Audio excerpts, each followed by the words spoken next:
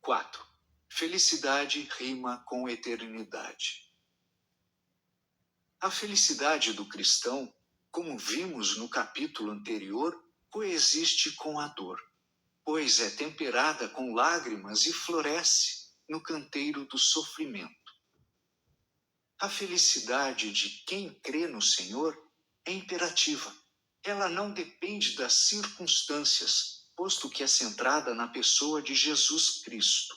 É claro que essa felicidade não é a ausência de aflição, tampouco a ocorrência apenas de coisas boas. Definitivamente não. Afinal, todos temos visto, dentro e fora da Bíblia Sagrada, histórias de pessoas que, embora marcadas de modo cruel pela dor, não perderam sua razão de viver. Nossa razão de viver é em Jesus. É por isso que podemos erguer a bandeira da felicidade e dizer, a despeito de quaisquer circunstâncias, que nós somos o povo mais feliz da terra. Dentre as muitas razões que poderíamos apontar para confirmar tal afirmação, que pode parecer ousada, as principais estão estabelecidas na palavra de Deus. Veremos quais são nos minutos que se seguem. Neste capítulo, convido você a examinar comigo o texto de Deuteronômio, capítulo 33, versículos 24 a 29. Pois nele estão fincadas as duas colunas que sustentam a nossa felicidade. A primeira delas é a singularidade do nosso Deus. Esse fato está claro em Deuteronômio, capítulo 33, versículo 26, quando Moisés escreve: Não há outro, ó amado, semelhante a Deus. A unicidade de Deus é a diferença essencial entre a verdade da fé cristã e as outras crenças. A humanidade, em sua cegueira espiritual, adora a muitos deuses. Só na Índia, venera-se cerca de 360 milhões deles. Há quase 1 milhão de divindades a serem adoradas e servidas a cada dia do ano.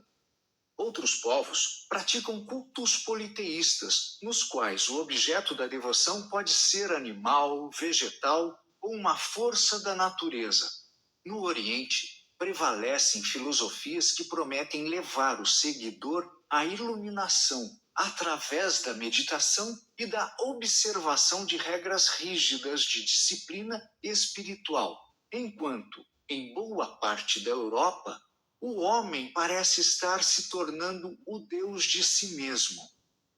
Em sua procura ancestral pela divindade, os homens criam deuses conforme seus anseios e expectativas, e com isso justificam seus próprios atos e erros. Isso vem de longe. No Antigo Egito, por exemplo, uma série de criaturas como bois, gatos e aves eram associadas a seres sobrenaturais. Já na Grécia clássica, havia deuses no panteão para todos os tipos de comportamento humano, inclusive práticas reprováveis, como a embriaguez ou a libertinagem sexual. Em Atenas, a capital intelectual do mundo, a terra de Péricles, Sócrates, Platão e Aristóteles, o território dos grandes luminares do saber humano, havia uma floresta de imagens. Plínio disse, no primeiro século, que havia mais de 30 mil estátuas dedicadas aos deuses em Atenas. Suetônio afirmou que era mais fácil encontrar um deus em Atenas do que um homem. A refinada cultura intelectual dos atenienses não os livrou da densa cegueira espiritual. O que falta no mundo, definitivamente, não é religião. Há milhares de credos e sistemas sagrados espalhados entre todos os povos.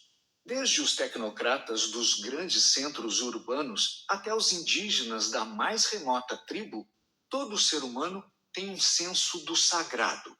Todavia, vemos que a humanidade parece caminhar a passos largos para a própria destruição.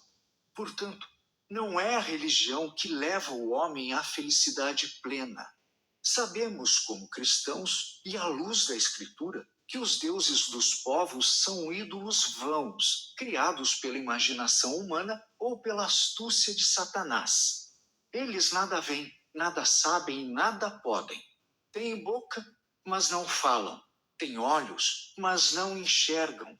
Têm pés, mas não andam.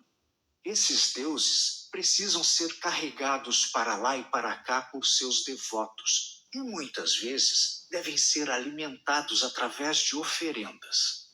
São um verdadeiro fardo para aqueles que os adoram. A felicidade de quem crê no Senhor é imperativa. Ela não depende das circunstâncias, posto que é centrada na pessoa de Jesus Cristo. Mas a humanidade foi além de simplesmente criar deuses conforme seus desígnios. Entorpecida pelo engano do pecado, transforma o Deus verdadeiro em alguém semelhante aos homens, ou pior, assemelhando o Criador dos céus e da terra a quadrúpedes e répteis. Até mesmo entre os hebreus que saíram do Egito, houve episódios de profanação explícita, como quando o povo curvou-se diante de um bezerro de ouro, aos pés do Sinai. No Brasil, é notória a crendice.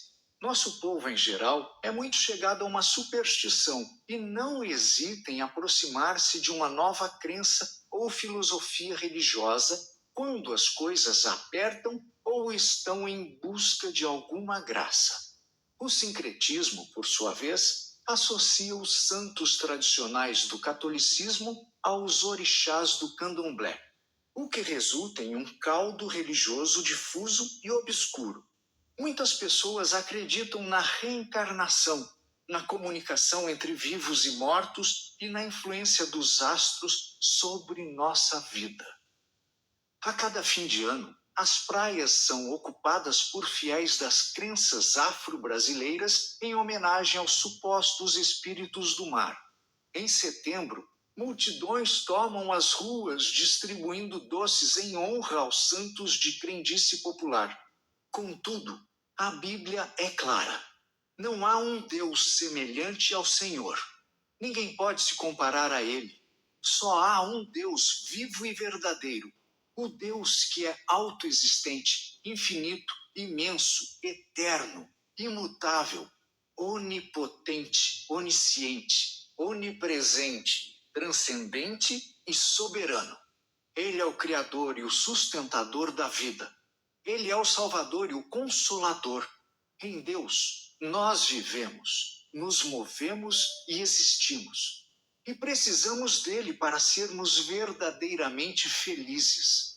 No Salmo 42, versículo 1, lemos: Como suspira a corça pelas correntes das águas, assim, por ti, ó Deus, suspira a minha alma. Precisamos de Deus, do verdadeiro Deus. Nossa felicidade é completa em Deus, também porque Ele é inimitável em sua perfeição. Moisés, inspirado pelo Espírito Santo, fala sobre a natureza divina. O Deus eterno é a tua habitação, e por baixo de ti estende os braços eternos. Deuteronômio, capítulo 33, versículo 27. Ele não teve começo. Ele jamais terá fim. Ele é Deus, de eternidade a eternidade. A eternidade é um atributo exclusivo de Deus. E por meio da salvação oferecida pelo sacrifício de Cristo na cruz do Calvário, o homem pode herdar a vida eterna. Porém, nós tivemos de ser criados. Deus não. Ele é o mesmo ontem, hoje e sempre. Ele não foi criado. Antes, é o Criador de todas as coisas. O Senhor não passou a existir a partir de determinado momento como nós. Ele é antes de todas as coisas. Ele é o grande Eu Sou, o Pai da eternidade, aquele que trouxe à existência as coisas que não existiam. Antes do tempo, na eternidade passada, Deus estava lá. E quando o tempo chegar à sua consumação, na eternidade futura, O eterno estará lá, pois é Deus, de eternidade a eternidade. Nós não podemos entender a eternidade. Nossa mente finita não é capaz de compreender a ideia tão vasta de algo que jamais terá fim. A noção de eternidade passada e eternidade futura ajuda um pouco, mas para Deus isso não existe.